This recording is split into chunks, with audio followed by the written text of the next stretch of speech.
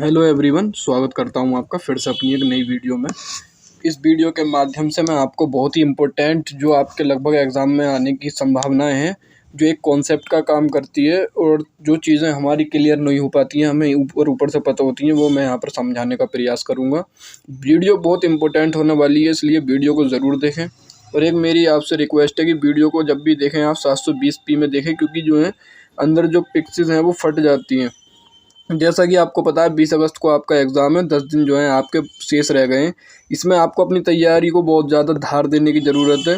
आपकी तैयारी को फुलफ़िल करने के लिए यहाँ पर मैं कुछ वीडियो के माध्यम से आपकी हेल्प करने की कोशिश कर रहा हूँ, तो आप वीडियो पर ज़रूर बने रहें। सीडीपी का कंटेंट है, 2 से 3 क्लासों में इसको पूरा ख़त्म करने का प्रयास करूँगा। बहुत शॉर्ट टर्म्स में वीडियो बनाऊँगा, 10 मिनट, 15 मिनट, 6 मिनट, 7 मिनट की वीडियो में ये कवर हो जाती हैं चीज़ें। किसी टीचर्स के नोट है, बहुत ही फेमस टीचर है, नाम नहीं लूँगा मैं उनका। बहुत शानदार नोट्स है, स्पेशल थैंक्स है उनके लिए। तो इनके नोट्स के माध्यम से हम यहाँ पर देख लेंगे चीज़ें कैसे काम कर रही हैं। सबसे पहला चैप्टर हो जाता है वृद्धि एवं विकास। तो इसी चैप्टर को हम अपने ध्यान में रखते हुए इस पर देखेंगे क्या होता है, कैसे होता है। बाल विकास एवं शिक्षण शास्त्र का ये टॉपिक है। टॉपिक नंबर वृद्धि एवं विकास हमारा दिया गया है, इंपॉर्टेंट है, चीज़ें जो हैं क्लियर हो जाएंगी, आप बस वीडियो में बने रहें। कह रहा है कि विकास एक ऐसी प्रक्रिया है जो सतत चलती है, यानी कि जो लगातार चलती रहती है, विकास उसको कहते हैं। जिसमें गुणात्मक यानी गुणात्मक परिवर्तन भी होगा या परिमाणात्मक, दोनों परिवर्तन। गुणात्मक जो होता है ना, गुणात्मक परिवर्तन, क्वालिटेटिव चेंजेस जिसको हम बोलते हैं, ये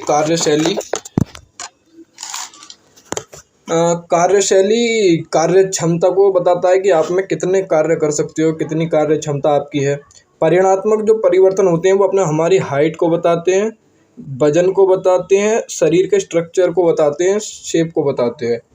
तो गुणात्मक परिवर्तन हमारे माइंड से रिलेटेड वृद्धि का हो जाता है और परिमाणात्मक यानी फिजिकल का परिवर्तन हो जाता है। सतत का अर्थ क्या होता है? सतत एक व्यापक चलने वाली एक प्रक्रिया, यानी लगातार वह चलती रहती है। विकास, मानसिक पक्ष, विकास के कई पक्ष होते हैं। किस किस में विकास होता है? एक तो माइंड में विकास होता है, एक समाज में विकास होता है बच्चे का, एक सापेक्षिक यानी कॉग्निटिव पक्ष होता है, यानी माइंड का रिलेटेड होता है। ये भी विकास क्या होता है? शारीरिक विकास होता है, ज्ञान का विकास होता है भाई, सामाजिक होता है और सांवेगिक हो जाता है, यानी कि जो इमोशन वाला होता है। ये सारे हो जाते हैं। ये सब किस पर डिपेंड होते हैं? सबसे पहले फिजिकल डेवलपमेंट होगा, फिर दिमाग का होगा, फिर समाज का होगा और फिर इमोशन का होता है। ये आप यहाँ पर नोट कर लेंगे। ये इसकी एक ट्रिक भी है, अगर आपको याद नहीं रहती है चीज़ें तो यहाँ से आप इसको कर सकते हैं, PCSE। ये बहुत अच्छे नोट्स हैं, आप इनके नोट्स जरूर बनाते रहें, जो मैं आपको बता रहा हूँ बहुत ही इंपॉर्टेंट है। पेपर 1 और 2 दोनों के लिए इंपॉर्टेंट हो जाता है।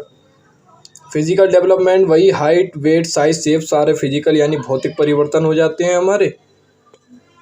मोटर डेवलपमेंट यानी स्पीड, एक्यूरेसी एंड प्रिसिशन, गति संबंधी पक्ष जो शारीरिक विकास से संबंधित होते हैं। 2 टाइप के होते हैं, एक तो ग्रोस मोटर स्किल्स होता है और एक फाइन मोटर स्किल होता है।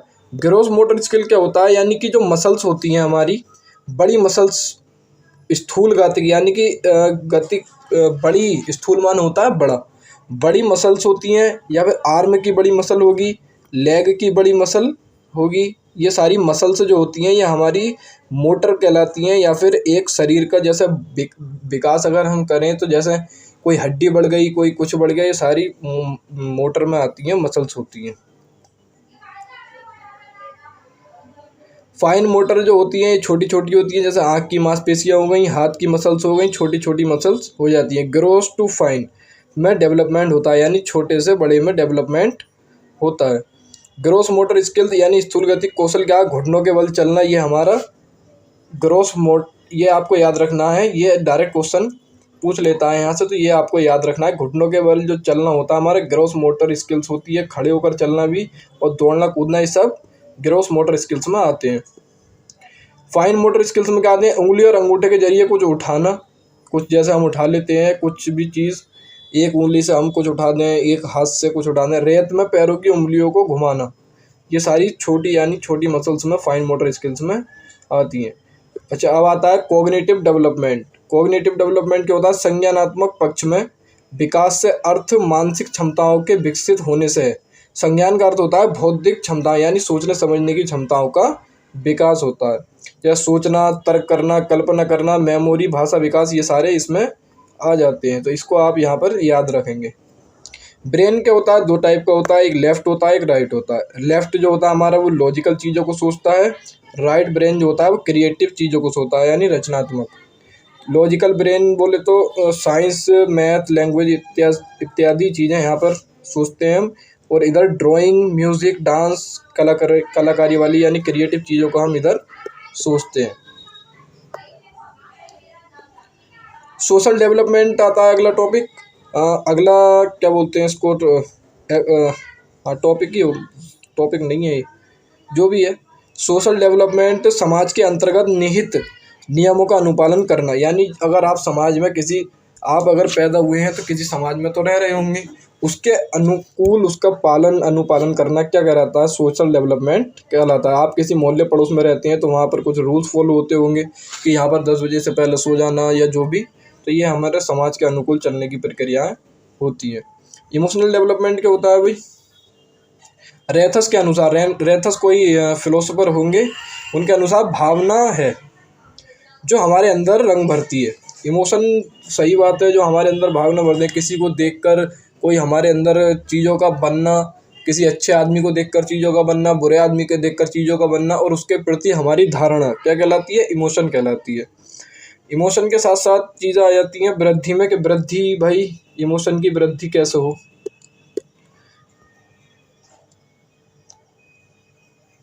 वृद्धि ये विकास का ही छोटा रूप है। एक मान लेते हैं ये विकास हो गया और इसका ये छोटा रूप वृद्धि हो गया। यहाँ पे परिपक्वता भी यानी मैच्योरिटी भी इसका एक छोटा रूप है। मैच्योरिटी जो है वो अनुवांशिक है, ये इंपॉर्टेंट चीज़ है और ये आपको पता होगी, इसमें कोई बताने वाली बात नहीं है। परिपक्वता यानी मैच्योरिटी हाई रिलेटेड अनुवांशिकता होती है ये भी।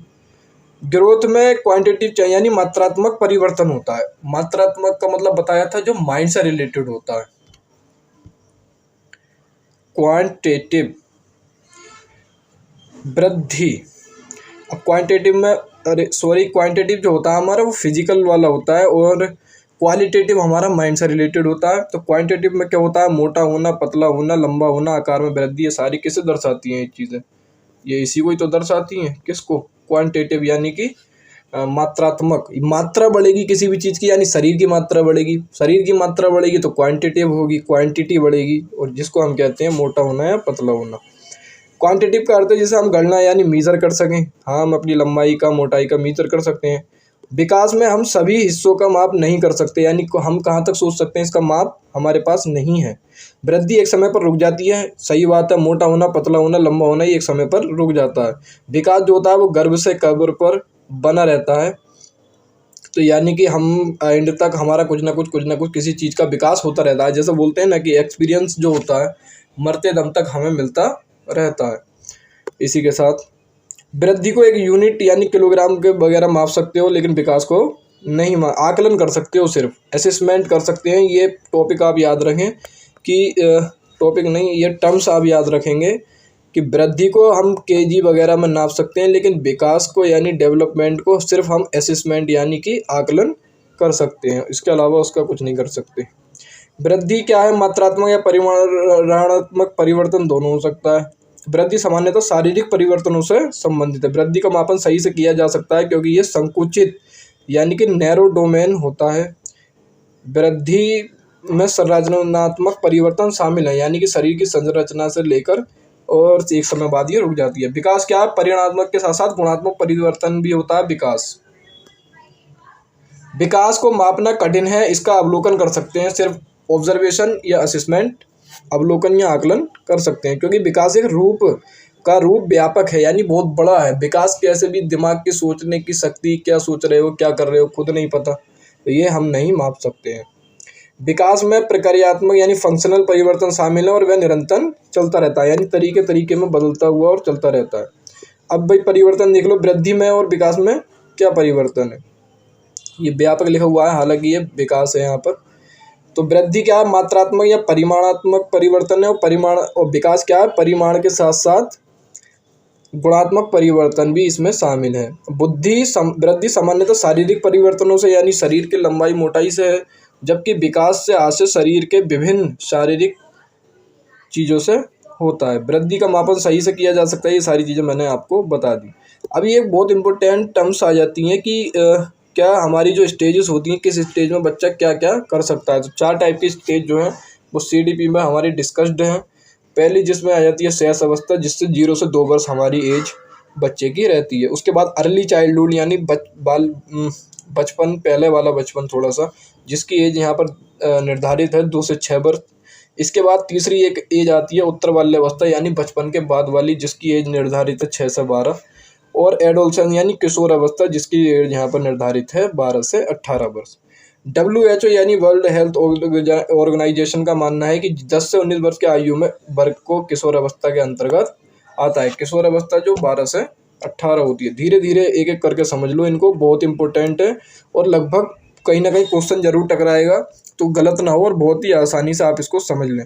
इसकी एज जरूर याद रखें। शेष अवस्था में ज्ञानेंद्रियों से सीखते हैं। ज्ञानेंद्रिया मतलब आँख कान नाक, ज्ञानेंद्रिया आँख कान यानी कि हमारी आइज ईयर, ये सारी ज्ञानेंद्रियाँ होती हैं। गति क्रिया करके सीखते हैं यानी चीज़ों से थोड़े थोड़े सीखते हैं। और ये प्याजे भी कहते हैं कि जो पहली जो अवस्था है प्याजे की, उसमें बच्चा ज्ञानेंद्रियों से ही सीख रहा था।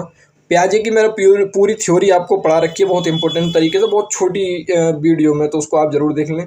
ये बच्चों का खतरा भरा पीरियड होता है और इसमें फिजिकल डेवलपमेंट बहुत तेज़ी के साथ होता है। पूर्व बाल्यावस्था आ जाती है 2 से 6 वर्ष, जिसमें एज रहती है बच्चे की। खिलौना आयु भी इसको हम बोल देते हैं। इसमें लैंग्वेज का विकास बहुत तेज़ी के साथ होता है, ये आपको याद रखना है, ये वाला पॉइंट। नकल करके सीखता है बच्चा, इसमें ये प्याजे भी बताते हैं। भाषा विकास के लिए पूर्व बाल्यावस्था, ये छोड़ो, ये कोई आपके काम का नहीं है।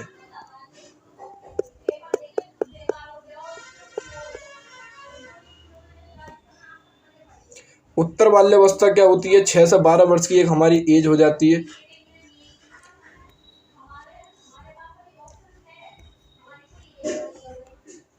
उत्तर बाल्यावस्था जो होती है हमारी 6 से 12 वर्ष की एज यहाँ पर हो जाती है।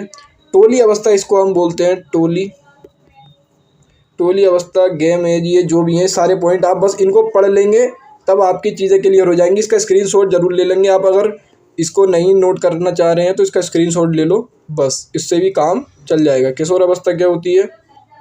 12 से 18 वर्ष की एज को हम किशोर अवस्था बोलते हैं। इसमें क्या होता है, ये परिवर्तन काल है। इसमें बच्चे का जो परिवर्तन होता है बहुत खतरनाक तरीके से होता है। स्वर्णिम काल माना जाता है। ये सारी आप इसके कर लें।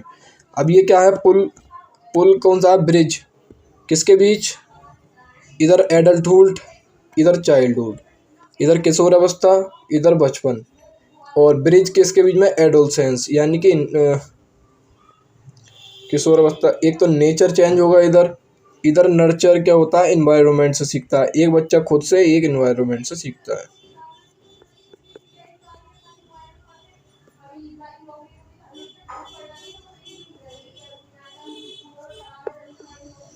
और बाकी ये आपका मैं कल बता दूंगा, बताने का प्रयास यहाँ पर करूँगा। वीडियो पसंद आई हो तो वीडियो को करो भाई लाइक।